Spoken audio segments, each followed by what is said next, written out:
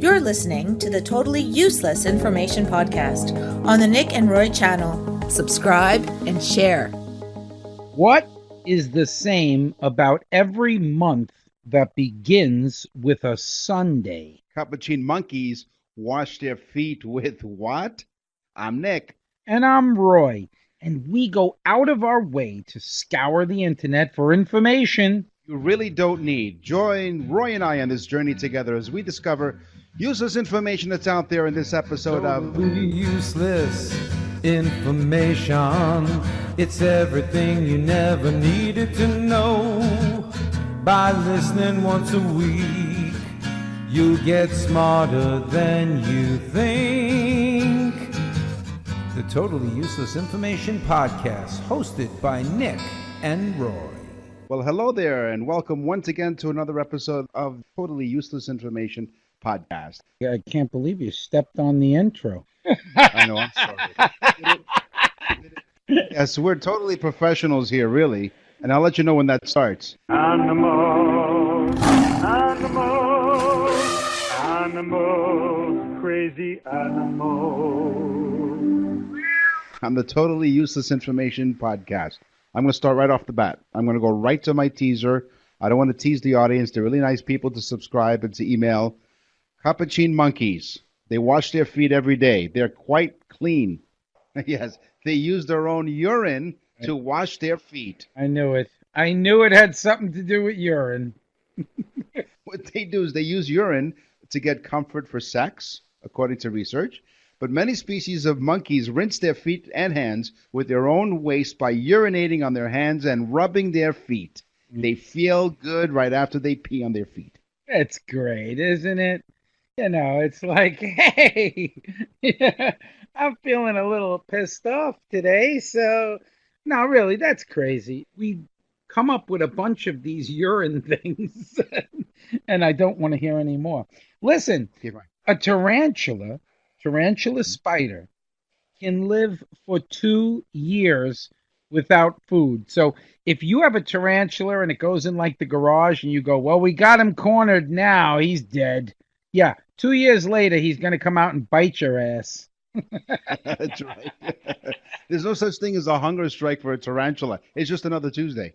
Dragonflies and dame flies, when they mate, their two tails form a heart. Isn't that nice? Yeah. Yeah. The dragonfly sex is really a rough and tumble affair. If you ever seen a pair of mating dragonflies in the act, you know that their sexual coupling requires flexibility and acrobatic skill like Cirque du Soleil. In the process, females are bitten, males get scratched, and sperm winds up everywhere, but they get the job done. Sounds like a fun evening. Wow. Okay, I got one that's cool. You ever had a toothache? Oh, yeah. Yeah. Well, when an elephant gets a toothache, it's a toothache. The average elephant tooth can weigh as much as 9 pounds. One tooth, 9 pounds. Talk about being long in the tooth. Now, I mean, I know that that's not like, I mean, it's very interesting. An elephant tooth weighs 9 pounds. It's not sperm and scratching and punching and kicking and sex all over the place, but it is interesting, folks. So it is. So up here in Canada, we have a lot of lynxes, Lynx. And if you look at their big feet, they have really big feet, big paws. And there's a reason for that. Their big paws, they can spread out, and they have nice, big, thick fur on them because they can walk around nicely in soft snow. Their feet are actually built to walk in snow, like natural snowshoes. Wow. So let me lynx this one up. Okay. Talk about a No pun segue. intended. King of the segue. Listen, the blue whale weighs as much as 30 elephants. Okay, so an elephant's big, right? Yeah. Blue whale is as much as 30 elephants put together, and they're as long as 3 Greyhound buses, 3 full-size buses. So 30 elephants and 3 buses. Okay, so take your lynx story. We have a big whale. We have a whale of story. Talk about my dating. Yes. Yes, scratching and clawing and getting bitten. Yeah, sounds like high school all over again. Oh, yeah, exactly. We still remember our high school years. You do. Yeah, that's true. Yeah, but on purpose. So female bats, well, they give birth while they're hanging upside down. And the way that they give birth is actually quite fascinating. They catch their baby in their wings as it drops. Wow, that's adaptation. It is, and well, she needs good hand-eye coordination. She only has one baby a year, and it's called a pup. Well, a newborn Chinese water deer, speaking of born, can be held in the palm of your hand. Now, this is an actual deer, but it is the Chinese. I always said those Chinese are small, And that concludes Animals, animals, animals, crazy animals. on the Totally Useless Information podcast. I'm Nick. And I'm Roy, and we thank you for tuning in as usual. Hit the subscribe button. That's your assignment. You've downloaded us. Thank you very much. You've done something useful. Yeah. You downloaded us. We thank you for that. But here's a fun fact to kind of keep you busy. Banging your head against the wall burns 150 calories an hour. Yeah. A lot of people do that. What the hell is that about? While they're listening to this podcast. So you know what's really great? No, this is cool. We can help you out. You can burn calories, listen to this podcast, and burn 150 calories per hour by banging your head against the wall. That, to me... I don't think we can help many people out, Nick, to be honest. That's quite useful. Hit the useful button. Every time you hear useful information on the Totally Useless podcast, you'll hear that sounder. You may never hear that sounder ever again. I'm going to do my teaser. Okay. What's strange about months that begin on a Sunday? Well, any month that begins on a Sunday will have a Friday the 13th. Oh. And do you know what Friday the 13th is about? It's an unlucky day, right? It is, of course. Well, it's an unlucky day because that's the day that the Knights Templars were rounded up and murdered and killed by the King of Spain. So that's why it's unlucky. It was unlucky for them, clearly. It was, yes, exactly. I'm kind of hungry, aren't you? I'm very hungry. Hey, everybody, come and get it. Your weekly sweet and savory facts with your 5-star Michelin chefs of Totally Useless Information, Nick and Roy. Come and get it! You want me to start? Yeah, go ahead. What do you got in the food cupboard there? I love this one. I do food from around the world. Yes, this one is from Japan. In Tokyo, Japan, there is an amusement park, and they sell a crowd favorite. People get online for the good old raw horse flesh ice cream. What? Whoa, hold on. Whoa. What's the flavor of ice cream? Raw? They get online, they get up to the counter, and they go, "Oh, Hassel, I like a horse flesh ice cream." Raw horse flesh. My gosh. Yeah. Can I have that with sprinkles? I guess you.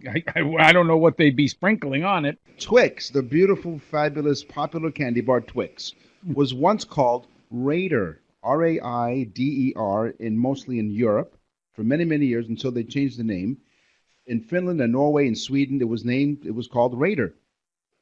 But the international brand was named Twix. And the name Twix is derived from the twin biscuit sticks. You want to know something funny?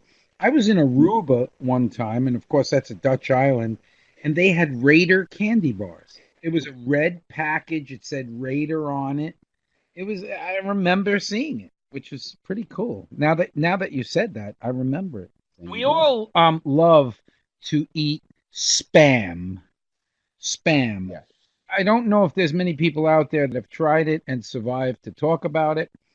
But yes, people do actually eat spam, and it is an acronym for the word of what it is. It is short for spiced ham. So they put the word spiced ham together and they figured just say spam. I thought it was short for I have no money and I don't care what I put into my body. They used to call it that, but they couldn't fit it all on the can, so they just shortened it. Yeah. They were thinking, should we call it spam or death? Yeah, true. Which is why when you get spam in your inbox on your email, it's disgusting, usually. You get rid of it. But speaking of emails, we have no spam. We are spam-free emails. We will not spam you. If you email us, TUIPodcast@outlook.com, we will thank you for that. Yes. Now, I'm sure in your can of spam, there's lots of salt to preserve the meat. So there's this big controversy, sea salt versus natural salt. Sea salt, most people believe, is healthier, is lower in sodium, and it's the better alternative to table salt. Well, they've done some research, but sprinkling sea salt on your roasted vegetables instead of table salt is exactly the same. They both have 40% sodium by weight, according to the American Heart Association, so it's all the same. So sprinkle away. Okay, so let's give all the morons out there a little lesson. If it's called salt, it's salt. Yes. Speaking of girlfriends, olive oil. Not Popeye's girlfriend. No. The actual oil itself is usually really not olive oil. Most people, in fact, 70% of olive oil that's sold on the market has very little olive oil and more of a blend of cheaper oils. So, folks, this is a useful tip. Next time you buy olive oil, you better read the label. So, there you go. It was quite useful, too. That was a back-to-back, non-stop, commercial-free, useful information. Salt and olive oil. Gatorade. We love Gatorade. It quenches your thirst, doesn't it? Yes. Mostly used by athletes, but a lot of people who work out. Clearly not us. If you've seen our picture, the cartoon picture on the Totally Useless Information Podcast homepage, which is on the YouTube channel, by the way. The concoction of water, salt, and sugar was originally made by the University of Florida's physicians to combat fatigue amongst the players of the football team. They were suffering from exhaustion, even though they drank lots of water. Despite drinking all that water, they still didn't, you guessed it, urinate. And the name of the football team? The Florida Gators. Anyone that heard that, I'm going to say something. Chomp, chomp, chomp. And if you're a Gator, you know exactly what that means. My son went to the University of Florida. That he did his undergrad. He is a Gator for life, and so am I. Awesome. Way to go. I got one last one for you. Okay. Radishes. Little radish, the red radish, are in the same family as the cabbage. How the hell is that? No sense. No, it makes no sense at all. No. If you had breakfast this morning, or any morning, you probably had English muffins. And if you had Thomas's English muffin, it was invented by a gentleman by the name of Samuel Bath Thomas, which is why he has his name on the English muffin. If you had Thomas's English muffin, why don't you just give it back instead of eating it? No, he gave me permission. He was a British expat, and he immigrated to New York City in 1874, and he had his own bakery. And that's where he invented what he called toaster crumpets. Now, what was different from his recipe, it did not include baking soda. Therefore, when the muffin was split in two, you get those two halves of the wonderful nooks and crannies. Love Thomas's English muffins. Me too. They're really good. Folks, this is the type of stuff you're going to learn on this show. And if you don't think it's important, you go to your next party, and I guarantee you're going to use something from this show. And people write us all the time. They email us all the time and say, I used what you said about this, and this. So I'm telling you, listen to this show. Week after week after week. The kitchen is now closed. Join us next time on the Totally Useless Information Podcast for more sweet and savory morsels of useless food information. See you real soon! You're listening to the Totally Useless Information Podcast. Now, one of my favorite subjects in school, as it was yours when we went to school in New York City. Einstein was a moron. Newton was a jerk. E equals nothing. It's science, science, science. Science, science, science. That was great. That should be nominated for something. Something. So if you have a pearl and you wish to dissolve it for whatever reason, I have a way to. There's a solution for you. A 5% solution of acetic acid, which is what's basically white vinegar that you find in the supermarket today. It will take 24 to 36 hours to dissolve that pearl. That will weigh approximately 1 gram. The process leaves a small amount of a translucent gel-like material on the surface. So yes, for those people who said you cannot dissolve a pearl in vinegar, there you go. The science is there to prove it. Yes, you can. Oh, you can do that with marriages too. You just throw a whole bunch of vinegar on your wife and dissolve it. When helium is chilled to 0 degrees, it becomes a liquid. Now that's cool, no pun intended. But even more cool is it flows against gravity. Now think about this. When helium is a gas, what does it do? We fill balloons and they float up. Well, when it becomes a liquid, it doesn't flow down towards gravity. It actually flows in the opposite direction, just like when it's a gas. That's pretty cool. Way to go, helium. Way to go. Yes, helium. Thank you. Here's something scientific that's wonderful. If you have a can of Diet Coke and you put that Diet Coke in water, it will float. You say, well, what's the big deal? But if you take a regular can of Coke and you put it in the same bucket of water, it will sink to the bottom. Now, you can ask any Coca-Cola company employees.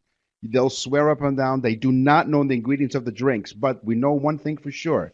The amount of sugar in regular Coke makes it so dense that it drops to the bottom of the bucket where the Diet Coke can will float. That's why they call it a light beverage. Yes. Fifth, listen to this one now.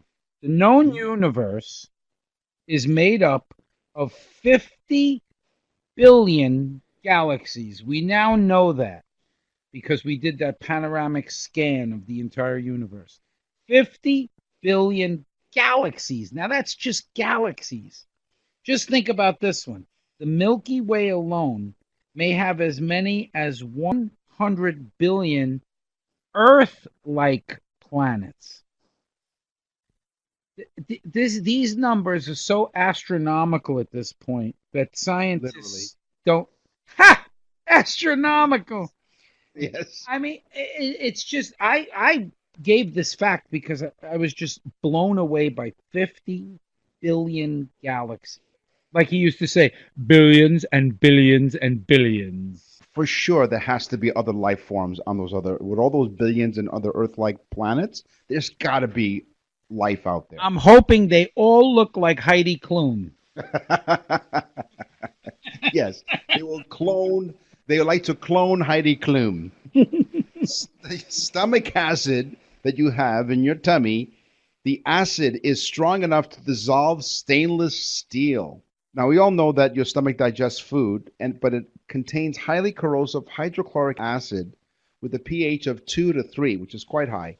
The acid attacks your stomach lining, in fact. Not only does it digest your food, but it does attack the stomach lining. The lining still needs to be replaced continually, and your stomach does it, and it literally renews itself every 4 days. An amazing fact about your stomach.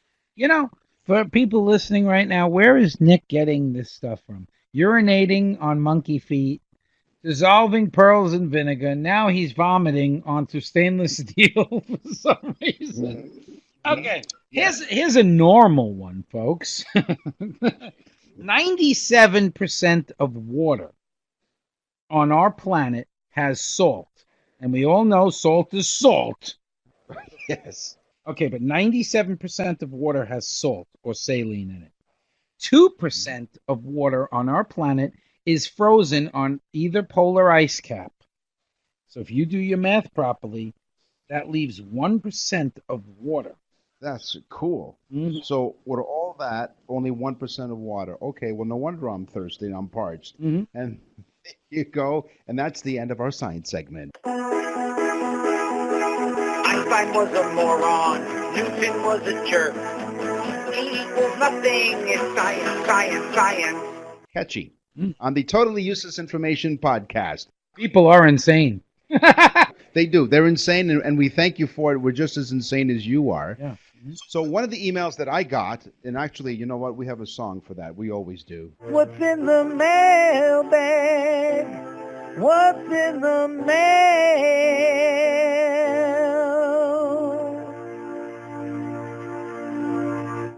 This comes from Phil from Philadelphia. See what he did there? All right, Philip from Philadelphia. He says, love your show. We really listen every week, and my wife and I try to stump each other with what information that we find out on your podcast. So thank you very much, Phil, and maybe you and your wife should, play other games. I don't know. I've heard, he writes, I've heard that it is illegal to spit in public in Malaysia and Singapore. Mm. Is this true? So I called my Malaysian and my Singaporean friends and asked them, you could be fined for spitting on the sidewalk, right? Well, they said, yes, you can. In fact, if you're found guilty under the act, you'll be fined 20 euros, which is about $22 US or $30 Canadian. In Singapore, they recently fined a spitter 430 euros, so a lot more money, and jailed him for 5 weeks for spitting. Must have had a lot of spit. Not only does the spitting law protect the cleanliness of the city, it promotes good hygiene, and it also promotes manners for citizens. So do not spit while you're in Malaysia or Singapore. Phil from Philadelphia, Phil. thank you very much for your email. Phil, Singapore and Malaysia are filled with monkeys who are urinating on their hands and feet, and you're worried about people spitting. Phil. All right, that was interesting, though, Phil. Thank you. We don't make fun of anybody sending us questions because, honestly, I have 2 of them today. I have Okay. from Elaine from Canada. I'll take the Canadian one. Okay. And she says, is it true that the continents are moving away from each other? Well, I don't know about Toronto, Canada, where you're from, Elaine, because that may be staying put. I don't know. No, I'm joking. They have been measuring for years and years. They've been measuring the distance between London, England, and Manhattan. Okay? And every year, it's drifting 11 inches further away every year. So basically, every year, it drifts a foot away. So let's just say they've been doing this for 20 years. It's 20 feet away from where it originally was when they first started measuring it. So yes, the continents are shifting, albeit slowly, and we're not sure if it's continents or just the fact that England's an island, so who knows, that might be just floating away, or Manhattan. God only knows what's happening in Manhattan. That's a zoo. So that could be why. But yes, Elaine, they are moving apart. Way to go. Well, thank you for that, Elaine. Thank you very much. You said you had one more from the mailbag. I do. And this one's from Helen. Helen is from the United States. She's from Connecticut. And Helen says, she fears being tickled by feathers. Now, Helen, I don't normally like to get involved in people's sexual escapades, but you interest me. But honestly, she says that she has this fear, this phobia of being tickled and by feathers, she put in there. And yes, it is an actual phobia. It is called pedoranophobia. And it is the fear of being tickled by feathers. So, Helen, you ask and you receive. And I'm busting open a pillow right now, so stay away from me, you crazy woman. Thank you very much for your email. And everyone out there, please contact us, TUI Podcast at Outlook.com. What's in the mailbag? What's in the mail?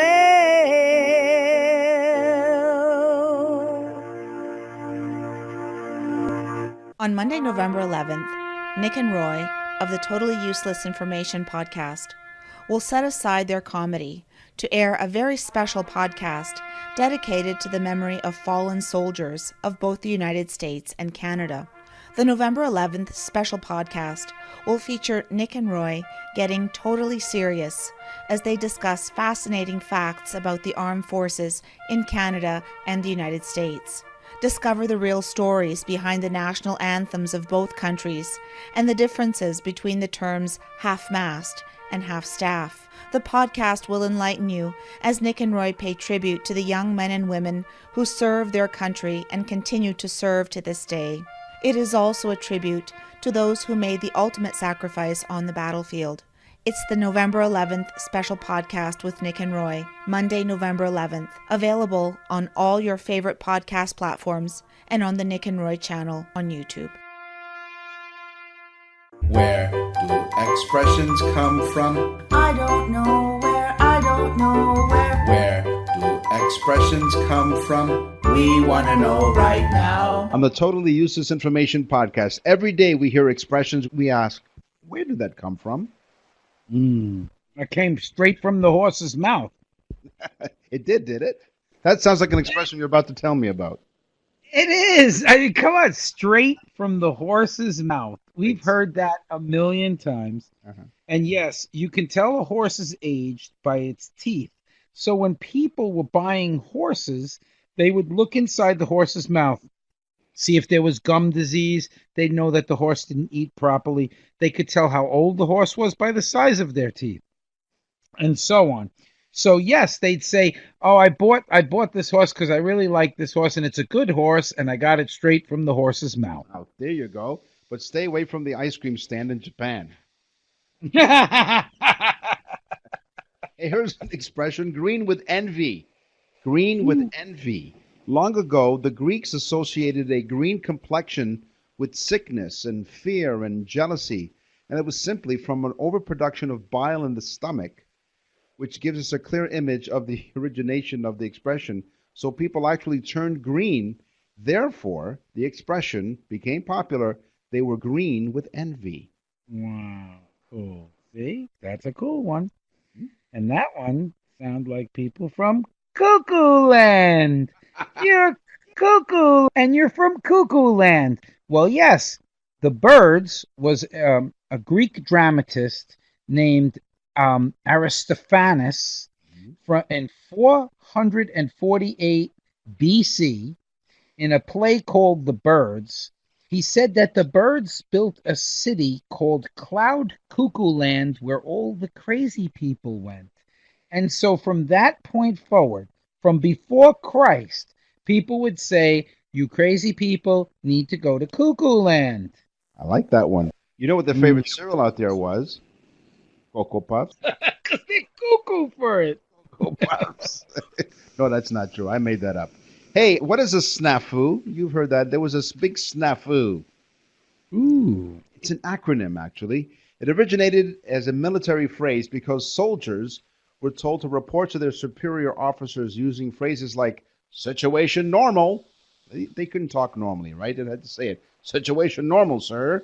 A snafu is an acronym for situation normal, all fouled up. It's actually another word, but this is how we're going to keep it clean. Situation normal, all fouled up. It is a phrase used to describe less than desirable scenario than what is deemed to be the norm in any given environment. Snafu, situation normal, all fouled up. So it was a way of cursing to the superior without actually cursing. Right, exactly. What a dumb luck. No. Okay, what about spinning a yarn, which is also spinning a story? Spinning a yarn, you would think it has something to do with ladies knitting or something like that. Yeah. No, it doesn't. When sailors got to the port, their job wasn't over. They were still working. They're sailors, that's what they do. So they weren't able to just leave. They had to keep working. So they made new ropes to replace the broken ones that they had lost during the voyage. It was time-consuming, twisting and spinning the ropes together to make thicker rope.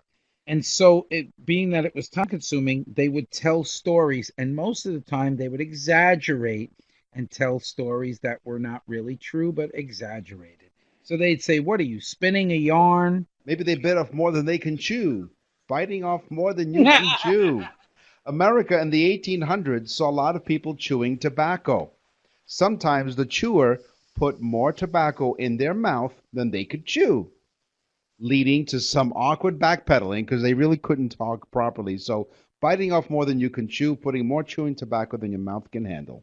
Well, I got one more. Okay, and it's got to do with ropes again. To know the ropes. When somebody says, oh, that guy knows the ropes. Some people think it has something to do with boxing and so on. No. Again, same thing with sailors. These sailors and the ropes, this was a real life lesson. But knowing the ropes meant that sailor knew how to tie the knots and pull the ropes to get the sails up properly. And when he did, they'd say, that sailor knows the ropes. There you go. He's able to get it up, no problem. To boot. He was able to get it up to boot. This term has nothing to do with footwear. The boot is thought to be derived from the earlier meaning bat, or good or useful. So that the root of that word turned out to be better. So to boot is a derivation of the word bat, meaning good. So to boot is when something gets better. To boot. We're all done. Where do expressions come from? I don't know where, I don't know where. Where do expressions come from? We want to know right now. Well, that's all the time we have for this episode of the Totally Useless Information Podcast. Remember, if you're on YouTube on the Nick and Roy channel, hit that subscribe button so you don't miss a thing. Nick, tell us what we got coming up. Coming up on Monday, November 11th, we have a very special podcast for you. Oh, that's right. The November 11th special podcast. Nick and I will be getting totally serious. There's no joking around for this one. We're going to pay tribute to all the men and women who have given the ultimate sacrifice, our veterans. So, in the meantime, tell a friend about the trend. I'm Nick. And I'm Roy. Thanks for listening.